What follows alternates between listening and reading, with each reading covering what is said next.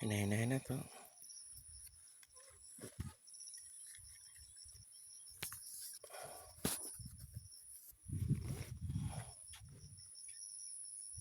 Kini ako sa taas sa among gihimong murag tower para makita na mo tanan kay tubukan sa among dragon fruit.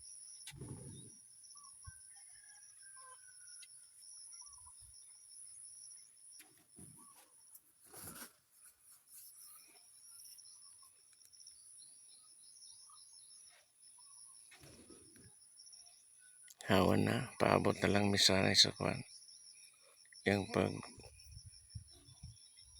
kuan gid pagpamunga na iyang season. Pero murag sa April pa siguro ni murag gan. So na pa February, March, da pa ka buwan ka pen. So ilang pa makapaabot naman ta kay kanang diyang among na kuan bagong tanom mo bunga naman sa nagmaayo aning tuig kaning nga season. Gani kaduha namin nag-abono dani.